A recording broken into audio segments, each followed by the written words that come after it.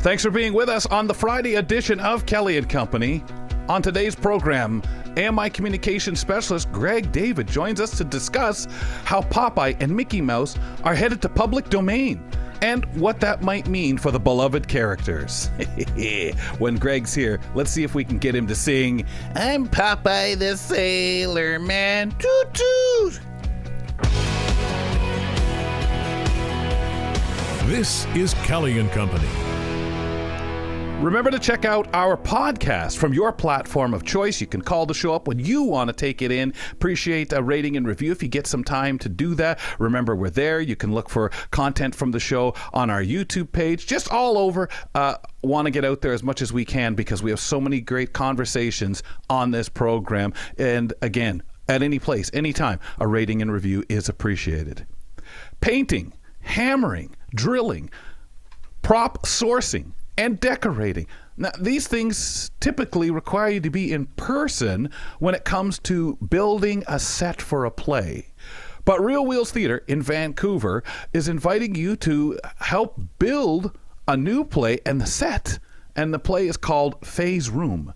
Now, I gotta ask, how the heck can I build from London, Ontario, a set for a Vancouver staged show?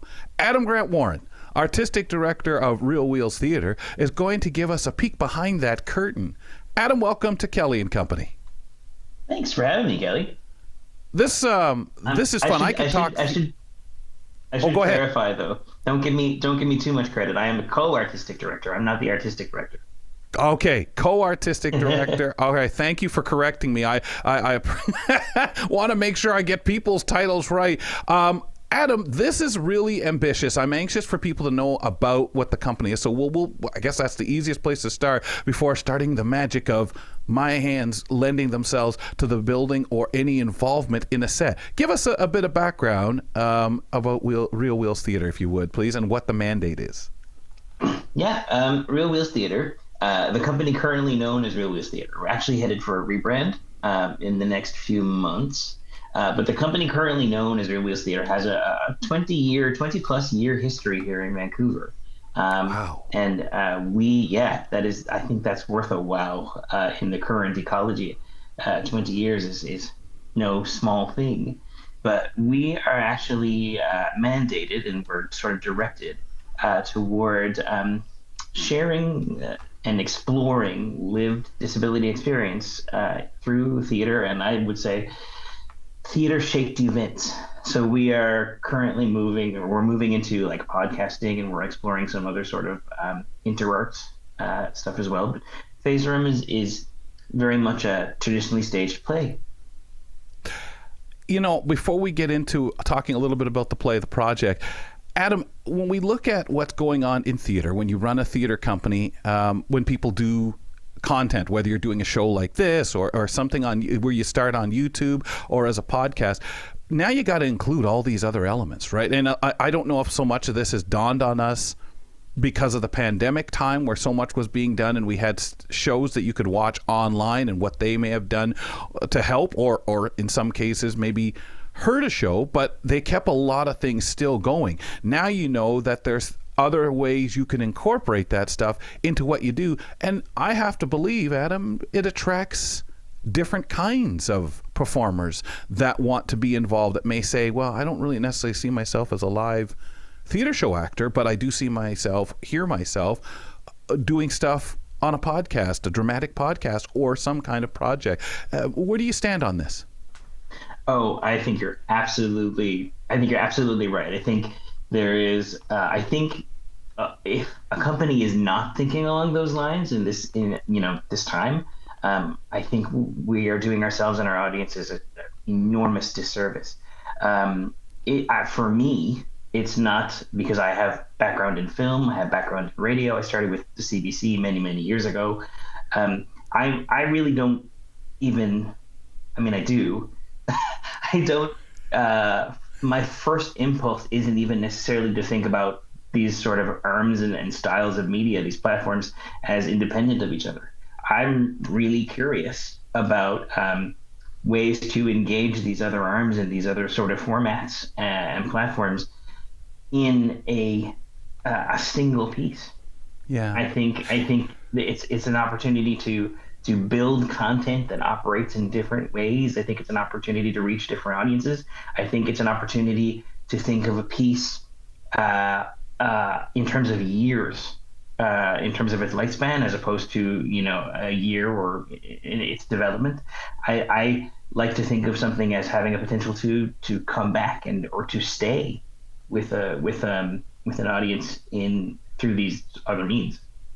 Someone writes a script, they convert it into sometimes something for film or a TV series or a stage play first. Often there seem to be step, where now we know a lot of this has to emerge even in your concept. Hey, if I do this, if I write this for the theater, how could this be a great podcast? How can I include a podcast with it? How can I create this as a drama, as a movie, as a TV series? And I think it's wonderful in your position because you think of that. We're away from, with the seismic shift in thinking, okay, we're focused on the play. Okay, well, some guy wants to do a TV show with it, so we let go of it and we'll see what it turns out to be. So much playwright or author hands off, and it becomes something else. It grows several different lives, as opposed to now, hey, how can I, and I know some would say, get the bang for your buck, create a play, and think in the meanwhile how it would be a TV series or a movie and all that. But there are just so many different ways that we want to consume content,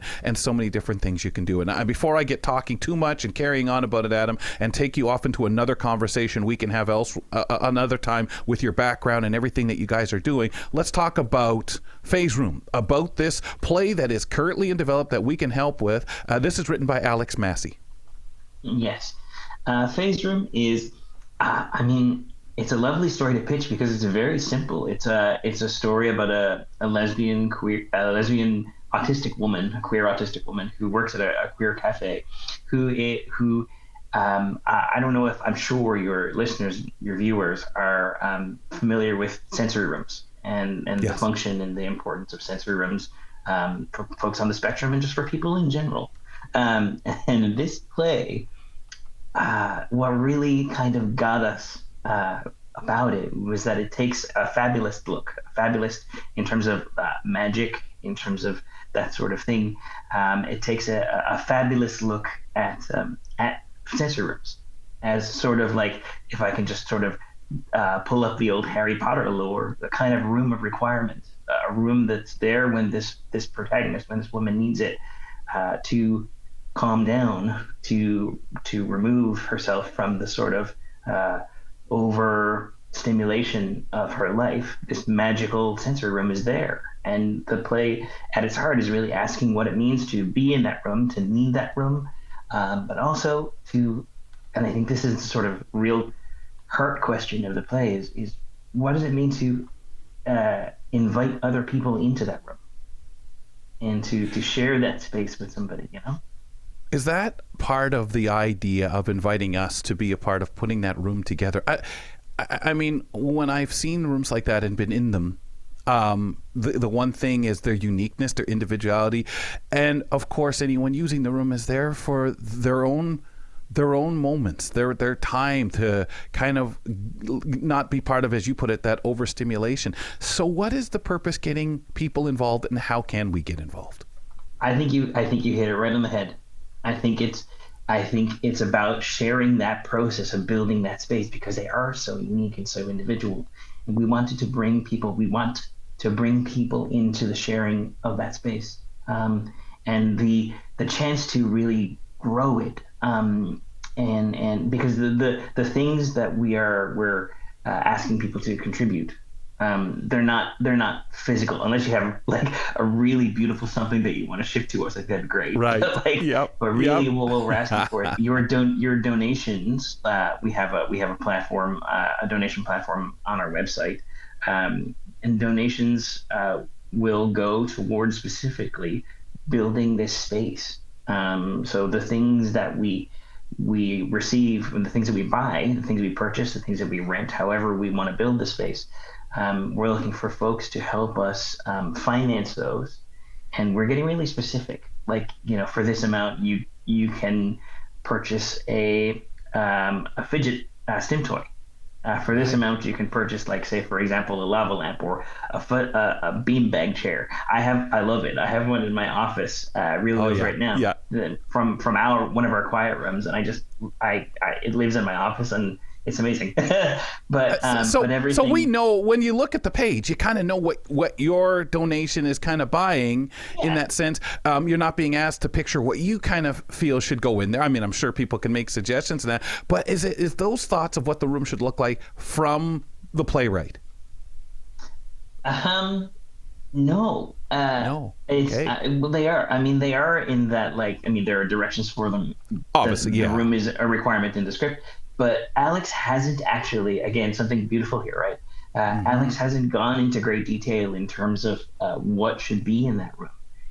They've given suggestions, right? And it might be this, it might be this. There might be lava lamps. There might be a rug. There might be great chairs. There might be toys or sim toys or books or favorite texts, right? Yeah. There might be any of those things, but we are really, and we have a design workshop coming up for the play. We're really excited to bring our designers in, our design team and our directors, all of whom, or the majority of whom, identify with either or both queerness and neurodivergence, actually. So our design team is coming from inside that community as well.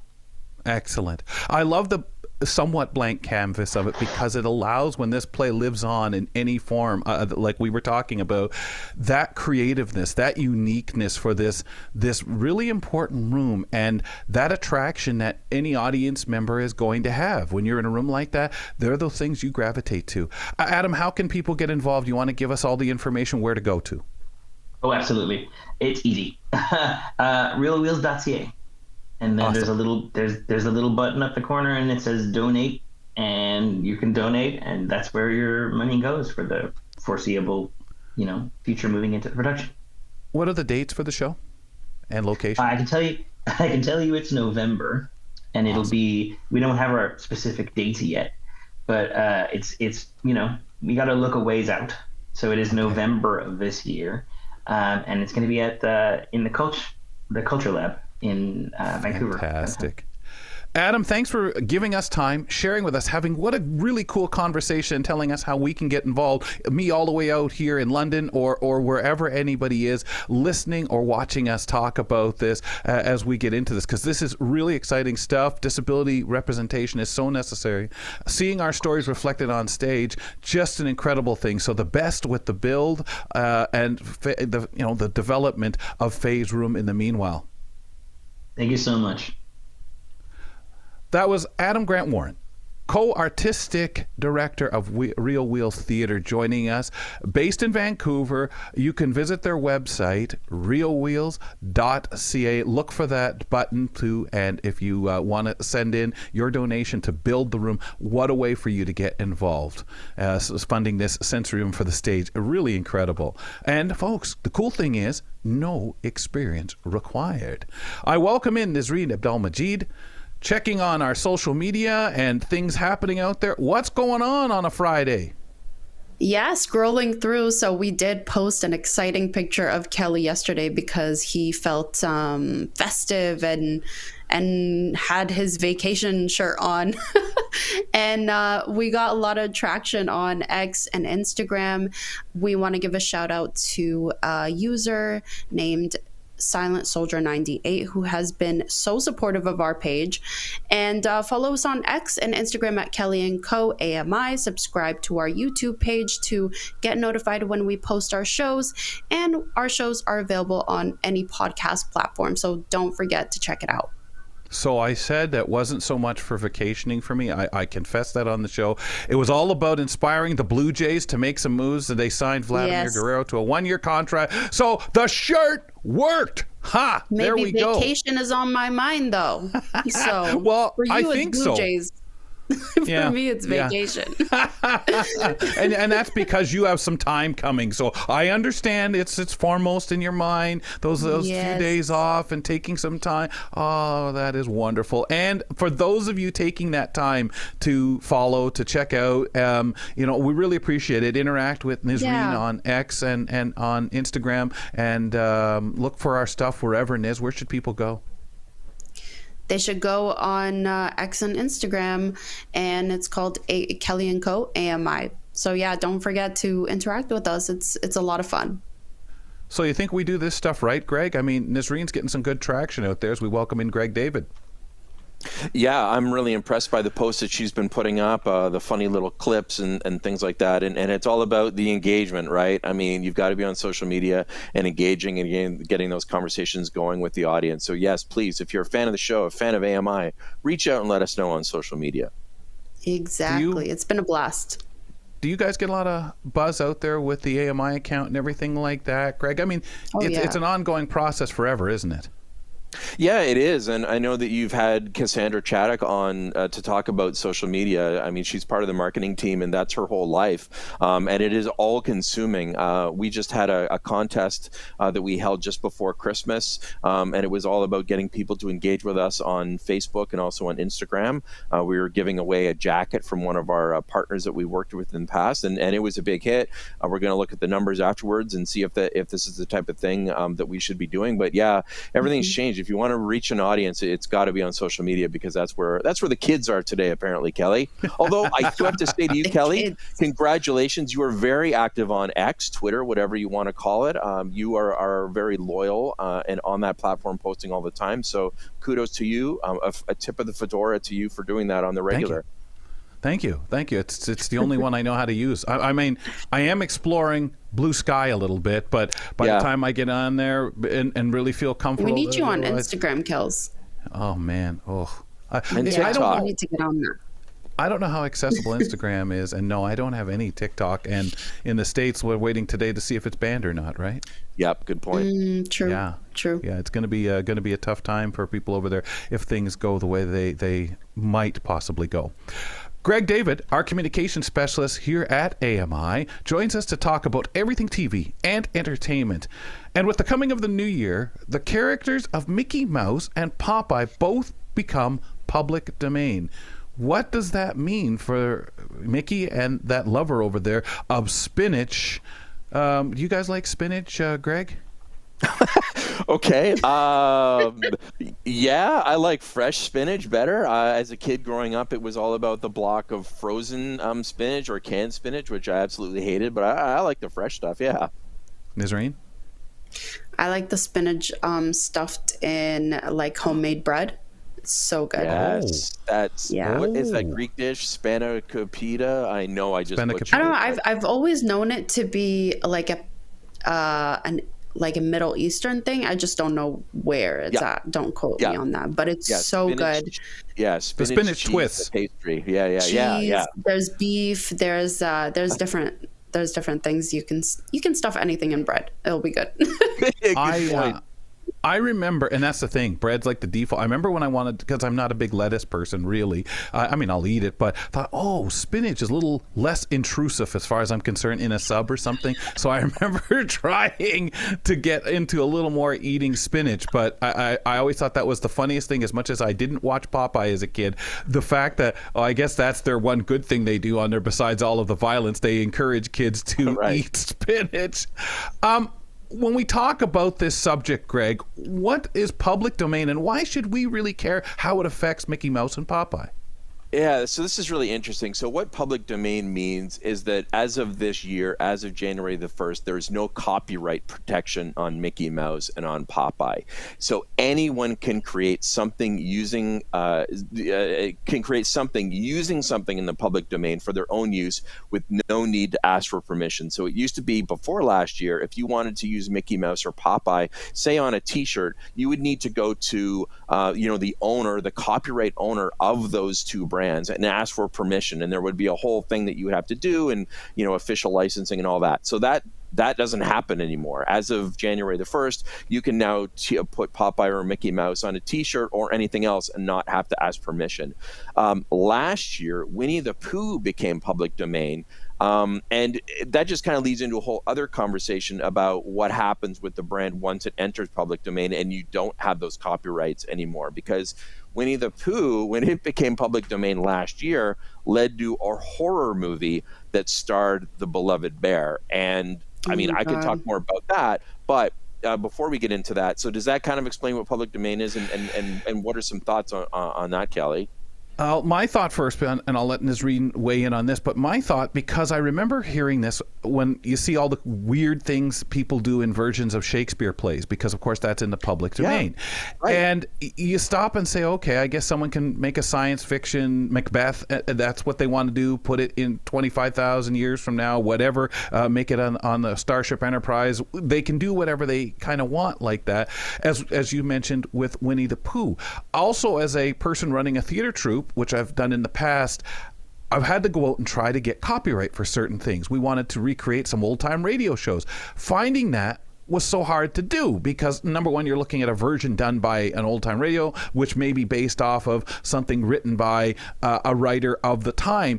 Is that available in copyright? Is the play from the radio what we'd have to worry about? Or do we actually have to go back to the writer of the story and say, can we use the adaptation that said so-and-so show did? So a lot of that got murky. Greg, when it comes to this kind of thing, what tells you, what means it's run out? Is it over a course of years that dictates that, or somebody not picking up the renewal, like you going out and saying, hey, Winnie the Pooh is coming into the public domain. I want to pick up the copyright for that, and I'm willing to pay whatever. How does this work?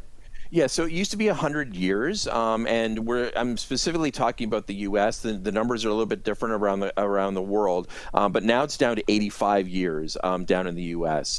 For public domain to kick in, and I'm really glad that, and you're so smart to think about William Shakespeare, because I hadn't thought of that. And you're right, there are so many different variations of the plays being told, whether you go back to the classic, what they thought it was originally performed as, or up to date, because I was just watching Coriolanus on CBC over the holidays, and it's a very modern take of that play that they're showing on CBC that Stratford did several years ago. But I mean, this Winnie the Pooh, I just want to get back to that for a second, because here's kind of an extreme. The Winnie the Pooh movie was called Winnie the Pooh, Blood and Honey. And the story was that Christopher Robin had left Winnie the Pooh and the rest of his friends to go to college, and Pooh and Piglet went on a murderous rampage in search of food. I am trying really hard not to laugh, because I'm just picturing that kind of a storyline. But I guess the biggest concern is now what happens with Popeye and Mickey. Obviously, this could be made into horror movies. Horror is one of the biggest genres in film right now, and really seems to be the only genre that's making any money kind of in Hollywood, aside from the blockbusters. So it would make sense that you would do that with these characters. But aside from movies and other media, you've got, like I mentioned, the T-shirts, the clothing, housewares, etc., can all have their imagery on them. So, Nazreen, where do you kind of stand on this when you think about the world of media and where these icons could be put? I see more of pros than cons in this. Okay. Although I do not like remakes. When there's remakes, it just ruins the whole thing. So when you brought up Winnie the Pooh and the murderous rampage that they went on, it ruined the whole image for me. I mean, I grew up watching Winnie the Pooh, and it was just now looking at it, I'm like, oh my God, if you really think about it, this could be a good horror movie. And I look at the Coyote and the Roadrunner, right? The same thing. What I think about is some coyote like going on a hunting spree. Tom and Jerry, same thing. It really ruins your childhood memories when you look into those things. And they're funny ones, Niz, because those were very violent. Yeah. When you think about it, he is going on a hunting spree. That's what I'm saying. If you really think about it, this actually could turn into a really good horror movie, but I don't want it to ruin it, my childhood and those stories. So the fact that people can take it, twist it, turn it, whatever, remake it or whatever, so it really complicates things, because it could just totally ruin your childhood looking at these cartoon characters and future fans. Yeah, I guess that's it, right, Kelly? Is that we're looking at this through the window or the lens of our childhoods, and we're looking at these childhood icons and thinking, well, do we want them to be serial killers, or do we want them to be on what we would deem maybe inappropriate materials, T-shirts, hats, whatever? So I guess that's always the lens that we're looking at these changes through, and kind of shaking our fist at the sky and saying we don't want these changes to take place. It's interesting too, because that's along the thinking that some people are so against hunting deer, but they're okay with us slaughtering cattle for our tables. We have this thing that if you ask someone who, I don't eat deer meat, thinking of shooting poor Bambi. That's what they picture versus, well, you have a whole table full of beef over there. Yeah, that's okay. As human beings, we have these certain things. I think of the history, the legacy, and how this kind of thing with so many people out there that are very open, that kids can get a hold of this stuff very easily. Does it change so much? And obviously, it's out of the care. It was a different era. There's only so much. There's no way anyone's making money, so they're not like they're making money. But I mean, on the original concept of it, they're making money on now what you make this out to be. Sure, you can chuckle like Greg was, and I kind of sit here and go, wow. And you picture that character doing those things. I know there was a lot of violence in these shows when we talk Popeye. Now, Greg, I heard Popeye was going to be some kind of slasher or something like that in one of the concepts they're talking about. But again, between Bluto and Popeye, there's a lot of violence there in the show. So many of us, if we recognize it that way, but I think, Greg, a lot of us don't recognize that violence. It's different.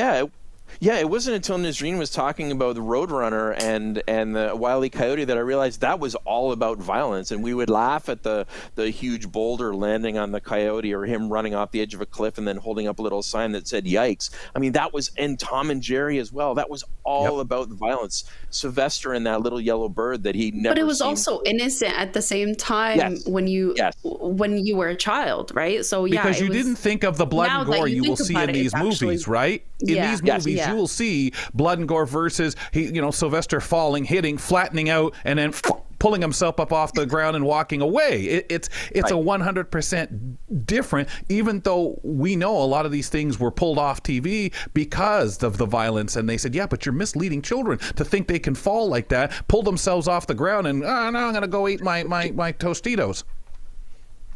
Yeah, it's really interesting. I hadn't thought about it like that. But you're right, Kelly. It is all about the context. And when the coyote lands at the bottom of the cliff, he's not, shattering into a million little bloody pieces. He just gets up and dusts himself off, and that's not going to happen. And again, I'm going on the premise of Winnie the Pooh. I'm not saying that Popeye and Mickey Mouse are going to be, given their own serial killer franchises. But on the other hand, I think that's probably what's going to happen. Certainly, they eventually will. Who takes it worse, Popeye or Mickey Mouse? If you want to look and say, what image does either of them currently have in there? Hardly anyone really refers to Popeye. Most kids won't even remember. They'll think that this is who that character was. Mickey Mouse lives on. Is that who we see the biggest threat to?